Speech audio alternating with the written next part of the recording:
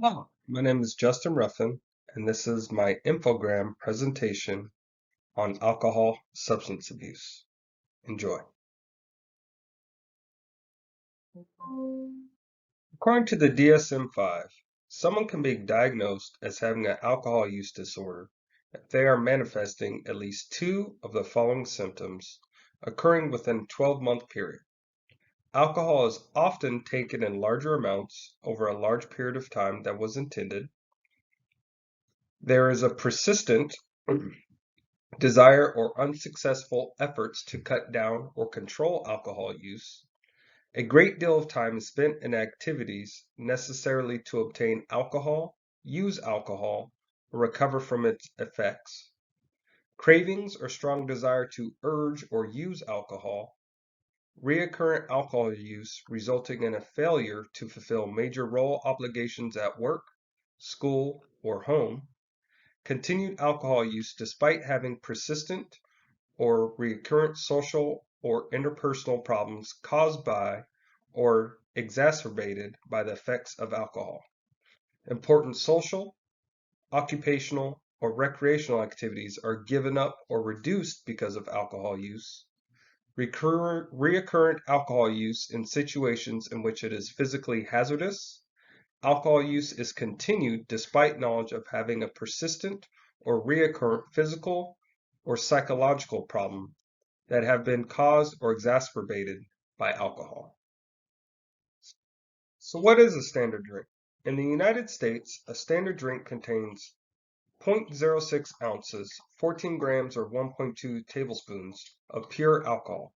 Generally, this amount of pure alcohol is found in 12 ounces of beer with 5% alcohol content, 8 ounces of malt liquor, 7% alcohol content, 5 ounces of wine, 12-ounce alcohol content, and 1.5 ounces of 80 proof, 40 proof alcohol content, distilled spirits or liquor. Example in gin, rum, vodka, or whiskey. Alcohol abuse is a major problem in the United States, as you can see from this staggering statistic. So what are the common problems with alcohol use? According to the CDC, underage drinking is a significant public health problem in the U.S. Excessive drinking is responsible for more than 3,900 deaths and 225,000 years of potential life lost among people aged 21 each year. Underage drinking is dangerous. Youth who drink alcohol are more likely to experience a plethora of serious problems such as alcohol poisoning, school problems such as higher rates of absences or lower grades, social problems such as fighting or lack of participation in youth activities, legal problems such as arrest for driving or physically hurting someone while drunk, physical problems such as hangovers or illness, and there's an increased risk of suicide and homicide. Some more problems with alcohol is binge drinking. As you can see from the bar diagram, the age group associated with the most drinking is the age group between 25 and 34. It didn't show the title trademark, but this bar graph is from the CDC website along with this information I'm talking about.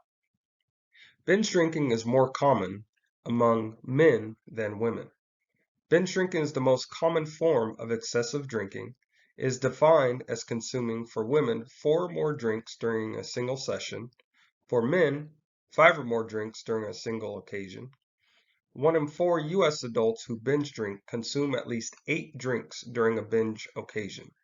Overall, 17 billion, that's billion with a B, total binge drinks are consumed by adults annually. 4 out of 5 binge drinks are consumed by men.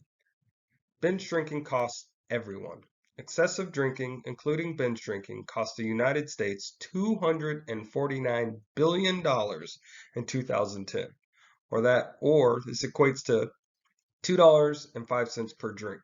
These costs were from lost productivity, healthcare expenditures, criminal justice costs, and other expenses.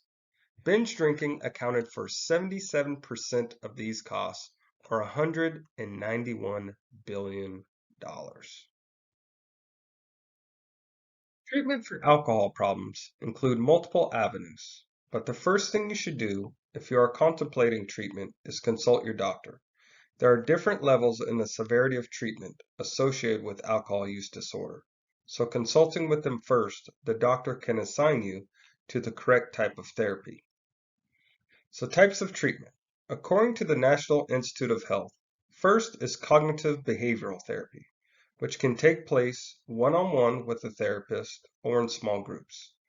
They are led by healthcare professionals and supported by studies showing they can be beneficial. Next, motivational enhancement therapy is conducted over a short period of time to build and strengthen motivation to change drinking behavior. Marital and family counseling incorporates spouses and their family members in the treatment process and can play an important role in repairing and improving family relationships.